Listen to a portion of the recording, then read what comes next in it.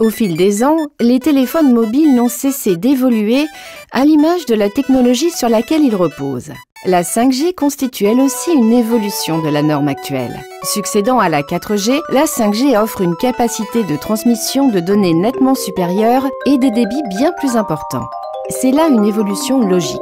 Le trafic de données n'augmente en effet pas que dans le secteur commercial. Les particuliers en transmettent eux aussi toujours davantage. Mais comment tout cela fonctionne-t-il exactement ? La communication mobile utilise des champs électromagnétiques à haute fréquence pour transmettre la voix et des données sans fil et à la vitesse de la lumière entre expéditeurs et destinataires. Les champs électromagnétiques constituent un phénomène naturel omniprésent, mais ils sont également générés artificiellement dans une multitude d'applications. Le cas échéant, ils sont mesurés et classés en fonction du nombre d'oscillations par seconde. Cela détermine alors leur fréquence. Les technologies radio telles que la communication mobile ou le VLAN utilisent depuis toujours des hautes fréquences qui ont pour avantage de pouvoir transmettre davantage de données que les fréquences plus basses. Leur portée est toutefois plus faible. La 5G emploie des fréquences que d'autres applications utilisent déjà depuis des années. La 5G ne recourt dès lors à aucune nouvelle fréquence.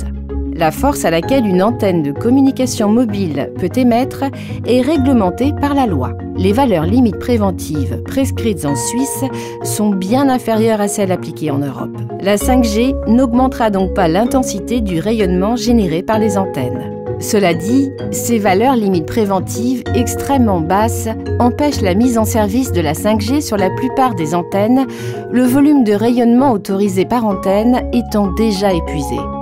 Il faut donc construire des installations d'antennes supplémentaires.